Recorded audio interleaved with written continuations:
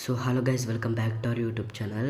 So ఈరోజు Motorola ఫోన్లో 2 easy simple tricks అయితే ఇవ్వబోతున్నాం. సో వీడియో ఎండ్ వరకు అయితే చూడండి. ఫస్ట్ వచ్చేసి సెట్టింగ్స్లోకి అయితే వెళ్ళిపోవాలన్నమాట.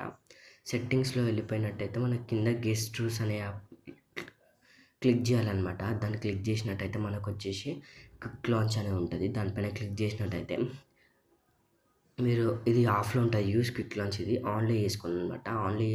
ఆన్లో వేసుకోండి. దాని తర్వాత దీని కిందనే సెట్టింగ్స్ ఉంటుంది. దానిపైన క్లిక్ చేసినట్టయితే మీరు కిందికి వెళ్ళిపోవాలి.